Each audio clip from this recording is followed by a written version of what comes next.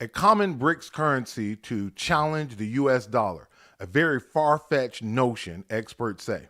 Whenever I see these articles from Western news outlets, from Western sources, it always has a negative undertone. There's always a negative premise behind whatever they're talking about as it relates to BRICS or the global south. And I find these articles to fall within three categories. The first category is a belief that the global south, that individuals outside of the West, leaders and communities outside of the West, lack the intellectual capacity to solve problems that are uniquely theirs, and in some cases that are not unique in any way. That they've been problems that have existed for long periods of times, problems that other countries have overcome with various solutions, but there's this notion that they lack the intellectual prowess to achieve or to think through their own problems and come up with unique solutions to them.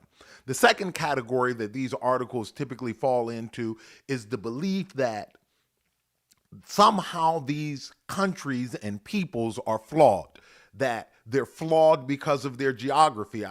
One of the articles said that because these economies were heavy commodities based economies, they could not possibly develop a currency. And to me, that seems laughable because one of the commodities of the world, one of the precious minerals is gold, silver, and many of these countries are rich in natural resources.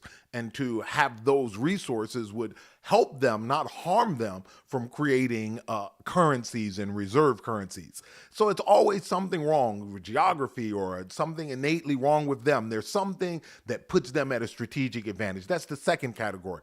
The third category that these articles typically fall within is a category that I just call it fear.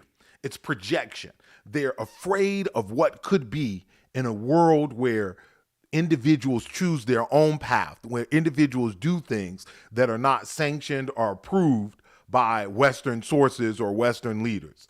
And you see this over and over again, those three trends. It's either they're not smart enough, their countries are flawed in some way, or there's some flaw, or it's just the projection of fear.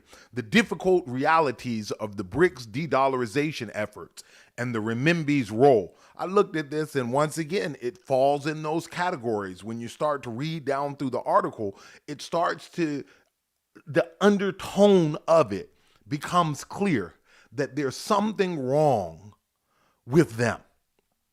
Their economies are commodity based. And in this one, it has two, actually, it has all three, because it also talks about this inability of them to think through and create something that is uniquely theirs and that is powerful. It does clearly state the four. If you go down to the bottom of the article, I put it up on the screen, it does clearly state the four reasons why the global south uses the dollar as the reserve currency. One is a medium of exchange, two, a unit of account, three, a store of value, and four, standard of deferred payment. And these are true. All four of these are used for cross-border trade because in reality, sometimes the currencies in those countries can be quite volatile.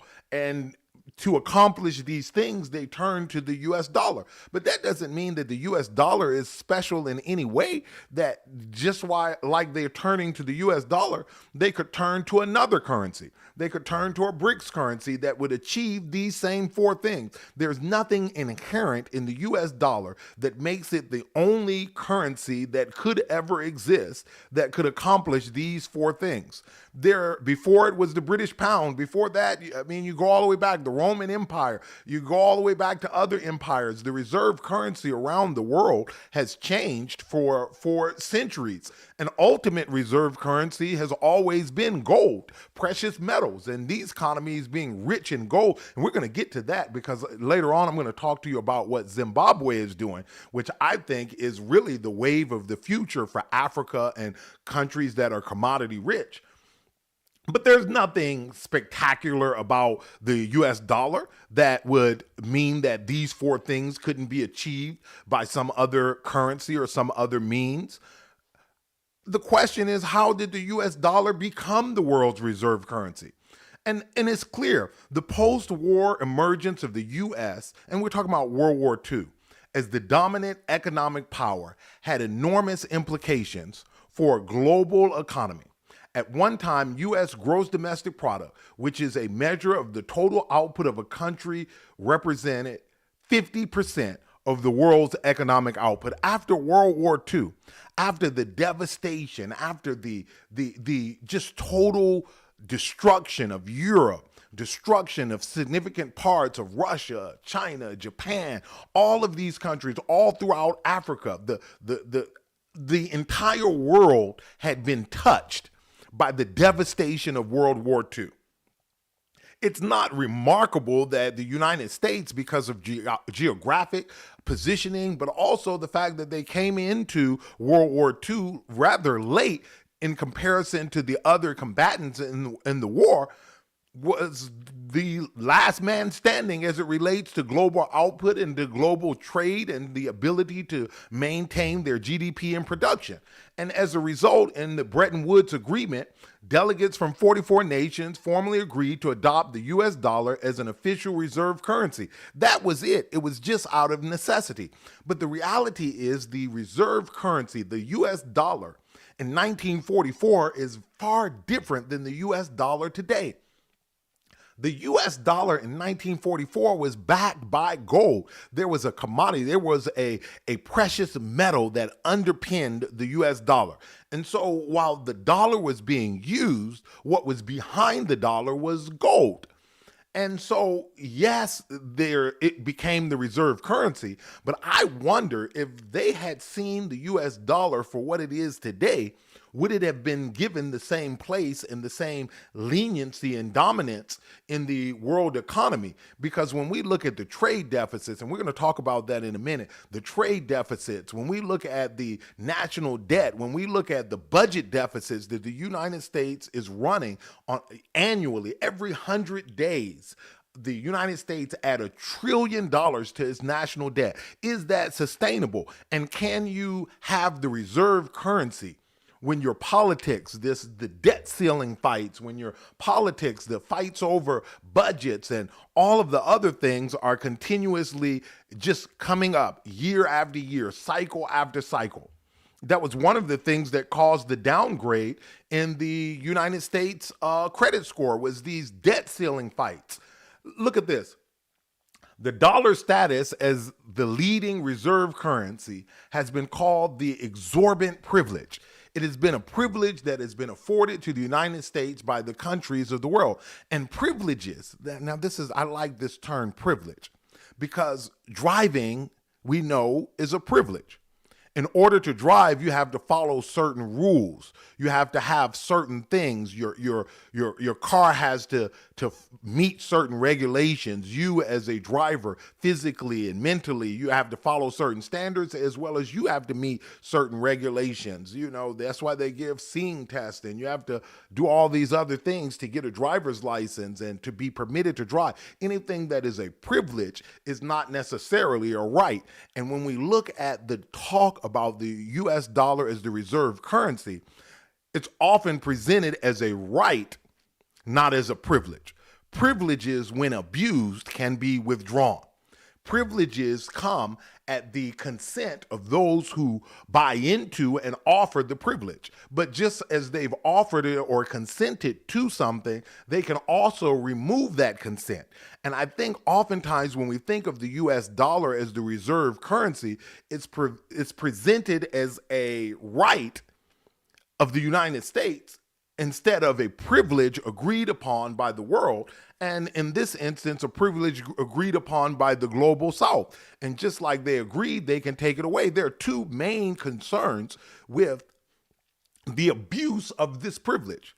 The first is that the United States is running massive deficits, which is devaluing the U.S. economy. I mean, it's running these deficits, and it's going to be a problem.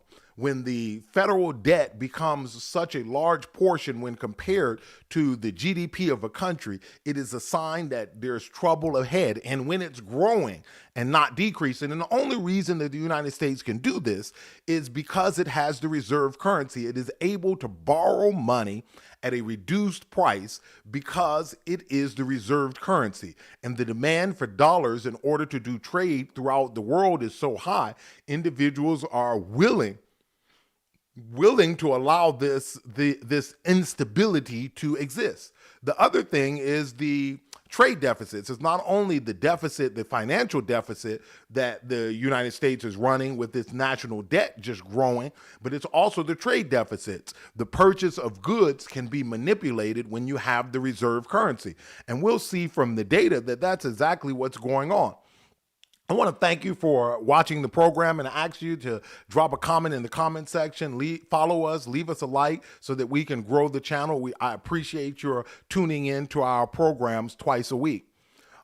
Most foreign exchange reserves are in US dollars. 59% of all the countries' foreign exchange reserves from around the world are in US dollars. This is an exorbitant privilege. And China is one of the leading countries to have foreign reserves, followed by Japan and Switzerland and Taiwan and India. But China is one of the big players. These countries have surpluses, they have dollars, that they have revenue that they need to lock away, and they hold it in foreign reserves. But there's some problems with this. Look at this trade deficit. This is staggering.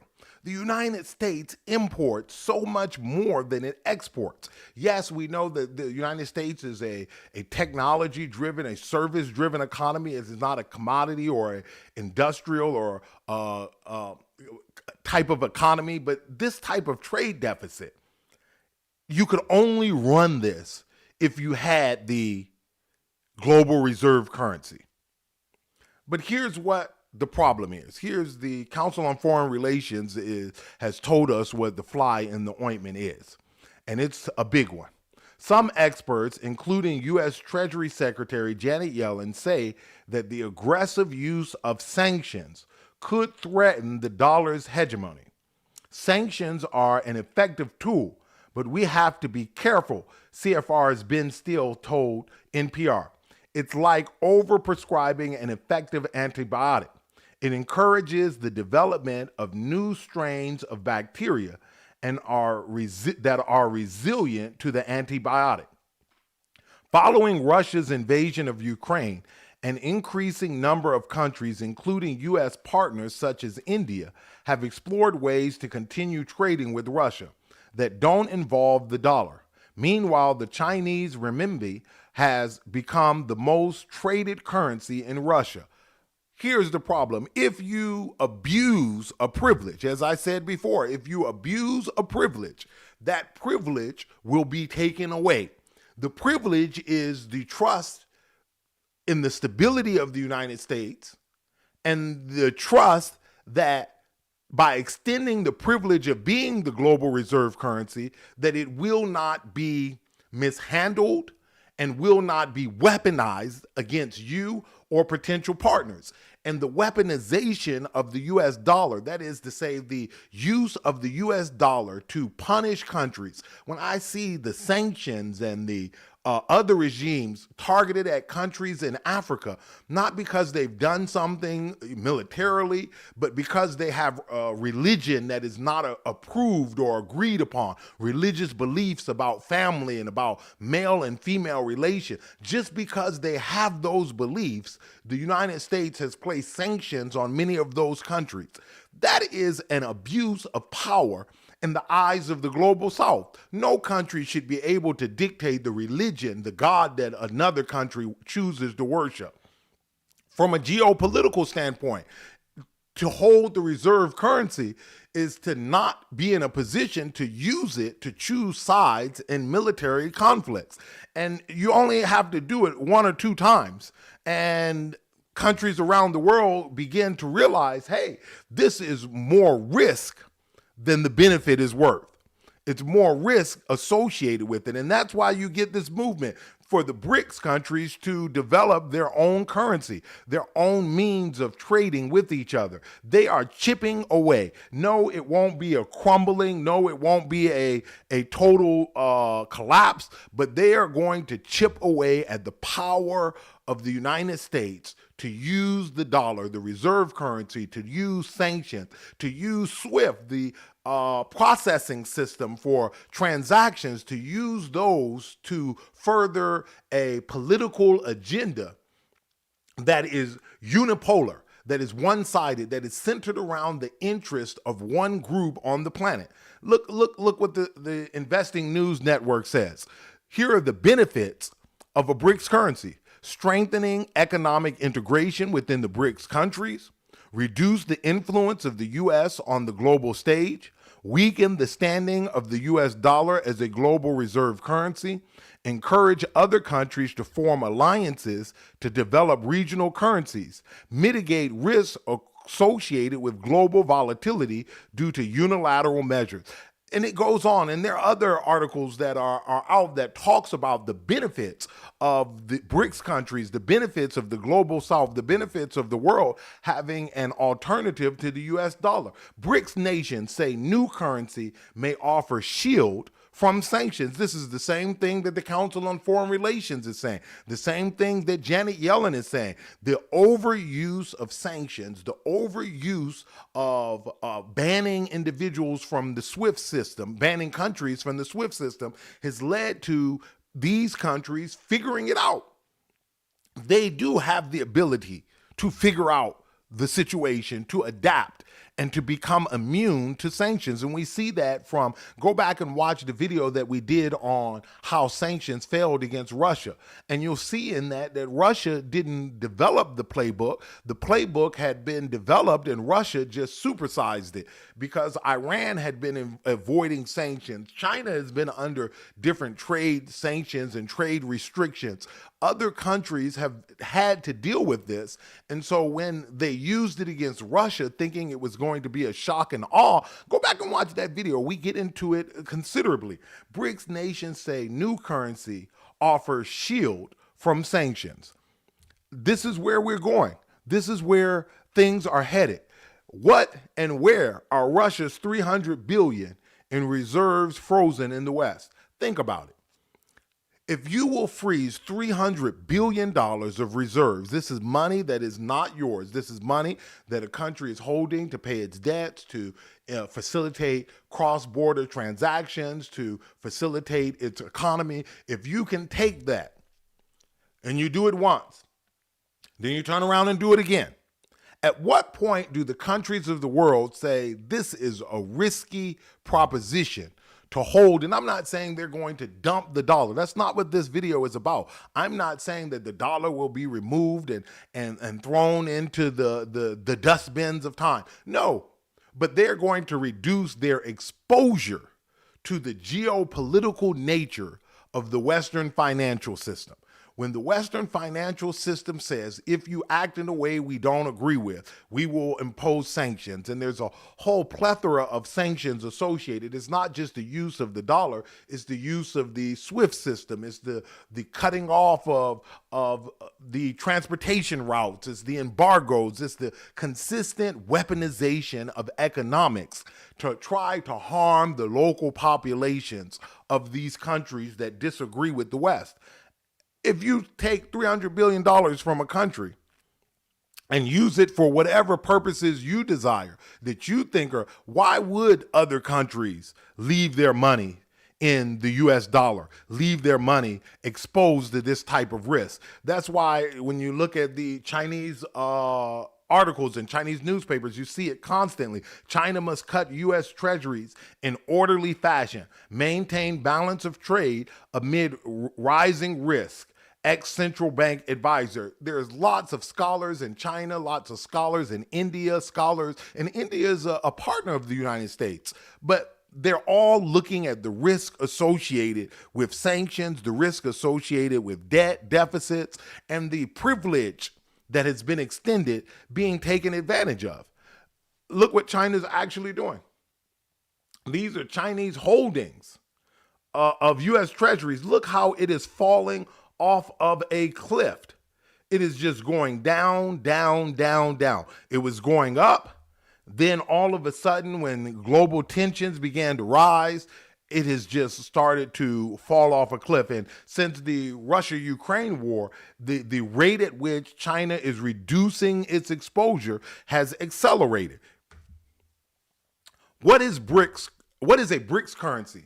And is the US dollar in trouble? This is what I think we need to be asking ourselves. What is the BRICS currency? Because oftentimes when we talk about BRICS currency, we think of it in terms of a currency like paper, money, currency like dollars or something tangible. But the BRICS currency, I think we're in a technological era, and oftentimes the emergence of new things may have the title of something old, but it's introduced in a way that is relevant to our current technological age. BRICS begins creation of new digital payment platform. The payment platform will be digital, but also what we see from what's being done in the countries in the global south is that the currencies themselves are digital. Zimbabwe's new gold-backed digital currency, all you need to know, this is a great article from Al Jazeera. And when you talk about these countries being commodity rich enables these countries to do two things. One, to have strong exports, but also to back their currency with commodities, to back their currencies with precious metals. All throughout Africa is rich in precious metals. So for them to stabilize their currencies, all they've got to do is back those currencies by something and then have a means of exchange. And the BRICS platform, the digital platform, will give them the ability to exchange those currencies for goods and services. And so the commodities aren't a harm. The natural resources doesn't mean that it's less likely. In my mind, it means it's more likely, because people are more likely to take a paper currency or a digital currency, especially when that digital currency is backed by something more than the whims of the country that has issued it. Let's look on, because I think there's some interesting things going on in the world. BRICS has a better way to de-dollarize than creating a single currency. See, when people talk about BRICS currency, I'm glad, see, those of you who watched the program, I try to save some of the best to last, you'll now understand that this thing is already here, because you've got the digital payment system. And each of the countries within BRICS are not trying to create one unilateral currency, but what they're trying to do is settle cross-border trade in their local currencies. And this is far better than having a single currency, because it underpins the local countries. It strengthens their currency. It gives them greater latitude in the financing of their debt. By strengthening their currencies, it gives them greater purchasing power. And when they back their local currency, like in the instances of Africa and other nations that are commodity rich but have high inflation levels, now they've got a currency that they can use that others will accept, because it's backed by gold, which is always and has always been the true reserve currency has always been gold. And so we see this situation emerging. Finance ministers discuss BRICS Bridge digital currency payments. So it's not the creation of a new BRICS currency that's going to have the BRICS logo on it. It's a payment system that will enable digital currency to be transferred cross-country, but it will be the digital currency of that local country. Yesterday, BRICS finance ministers and central bank governors met in Sao Paulo, Brazil. After the meeting, Russia's Ministry of Finance said they discussed current payment systems being used as a weapon of political and economic pressure. Russia is currently the BRICS chair. By the end of the year, the ministry and bank of Russia will produce a report on the options for improving the international financial system. One of the initiatives could be a BRICS Bridge platform. It's a digital payment platform, said the ministry. It didn't explicitly mention digital currencies, but we know now that that's what it's all about. It's about the digital currencies of local countries on a bridge platform for the exchange of those currencies. New BRICS member Iran calls for digital currency system this year. Iran is saying they need the system up and running in 2024. This started in 2018.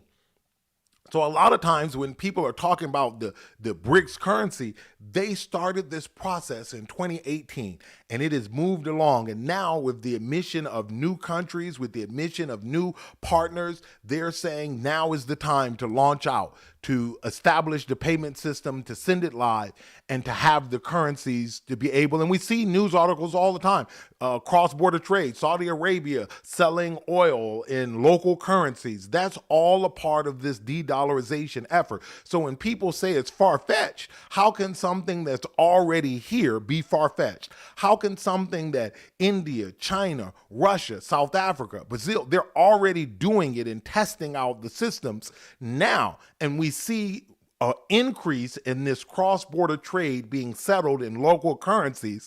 This is all a part of the BRICS digital payment system and the local countries' currencies being developed as digital currencies to be used on this BRICS payment system.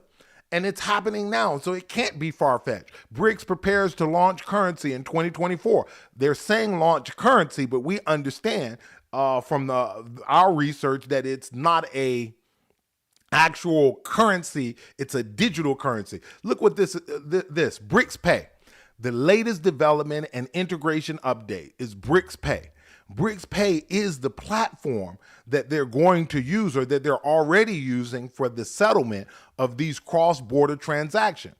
It appears that BRICS Pay has now been launched as a new financial settlement platform. It is hoped and seen as a vehicle that will change the volume of trade and the volume of financial transactions between the BRICS members by making payments easier. The original BRICS includes Brazil, Russia, India, China, and South Africa. From January next year, they will likely be joined by Argentina, and this is a little bit older, but it gets to the heart of what BRICS Pay is. Payments and transactions, however, will not be denominated in US dollars. Instead, the BRICS members' countries are focused on de-dollarization and using their respective national currencies. The new BRICS pay system is likely to accelerate this process. So it's not really a BRICS currency, it's a BRICS digital payment system that allows the transaction of countries in their local digital currencies. So that's what the BRICS currency is. And that's super doable. And while we talk about BRICS Pay as if it's some time far off in the future, and that it, I was shocked when they said this is far-fetched. BRICS Pay is already up. They've already got an advertisement for it. We already see the cross-border transactions begin, the testing of the system. It's already, you can go out there and look at it live. It's up. This is not far-fetched. This is what BRICS Pay has to say about what it's doing and who it is. 3 billion people, 42% population of the world, are contained within the BRICS nations.